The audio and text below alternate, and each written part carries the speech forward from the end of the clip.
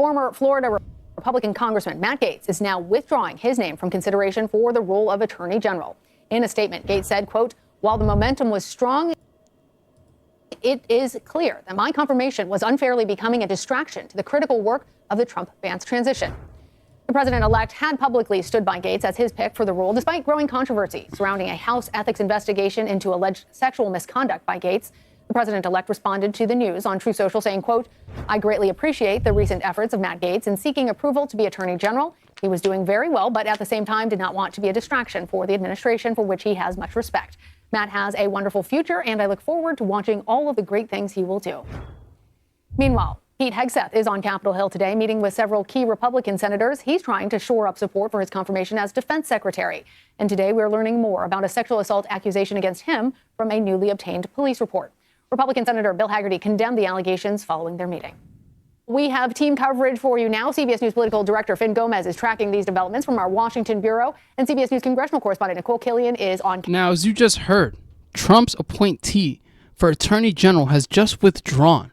He faced a torrent of scrutiny over allegations of sex trafficking and drug use, and he abruptly withdrew his bid to become Attorney General on Thursday in the first political setback of President-elect Donald Trump.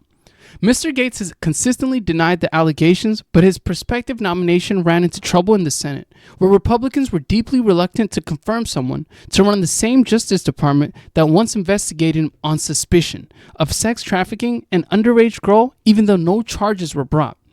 The collapse of Mr. Gaetz' prospective candidacy just 16 days after the election appeared to be the earliest such failed cabinet pick in modern history and underscored the haphazard way that Mr. Trump has gone about assembling his new administration.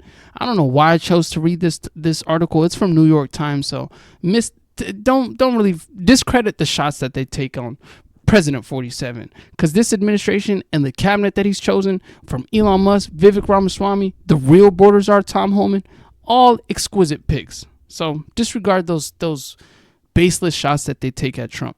He picked Mr. Gaetz almost on a whim last week without extensive vetting, knowing that allegations were out there, but essentially daring Senate Republicans to accept him anyway. Mr. Trump moved quickly to replace Mr. Gaetz with another conservative favorite. By the day's end, he announced on social media that he planned to nominate Pam Bondi, the former Attorney General of Florida and one of his defense lawyers in his first impeachment trial, to be U.S. Attorney General.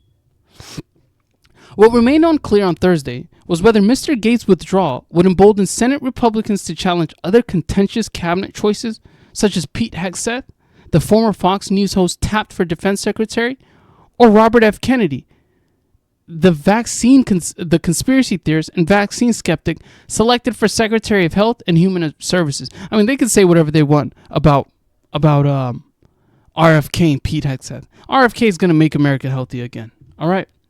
In announcing his withdrawal a day after visiting the Senate, Mr. Gaetz insisted that he had support among fellow Republicans.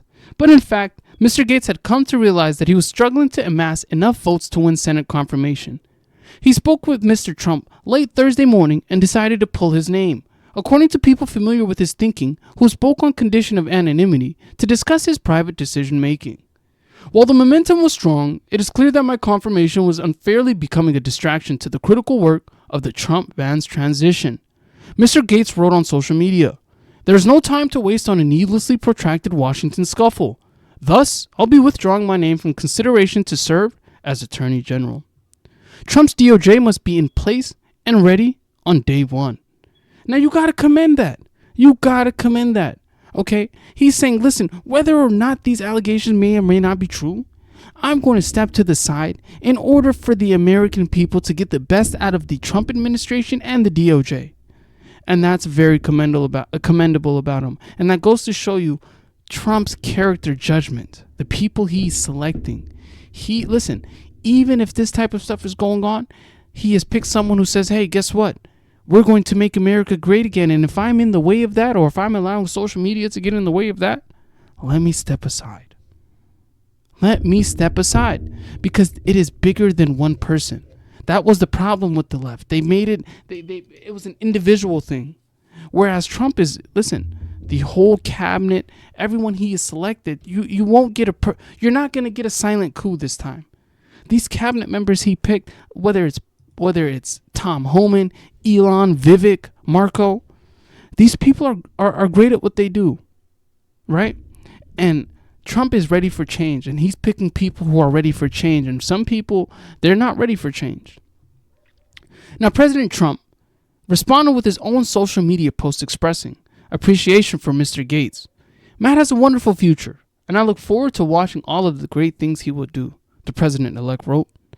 Mr. Gaetz is not the only high-level appointee dogged by accusations of misconduct to be picked by this administration. Now listen, who himself was found liable in a civil trial last year of sexually abusing the writer E. Jean Carroll in the 1990s. Mr. Hegseth has been accused of sexual assault but denies it, while Mr. Kennedy has been accused of groping a family babysitter years ago, which he has said he does not remember doing. Now, Elon Musk, who was to head a new effort to revamp the federal government, was sued in June, along with his company SpaceX, by 8 former employees, contending that he had created a hostile workplace for women, who were judged on their bra size and made to feel like sexual objects. Now, of course, these are allegations, and everyone's proven innocent until guilty.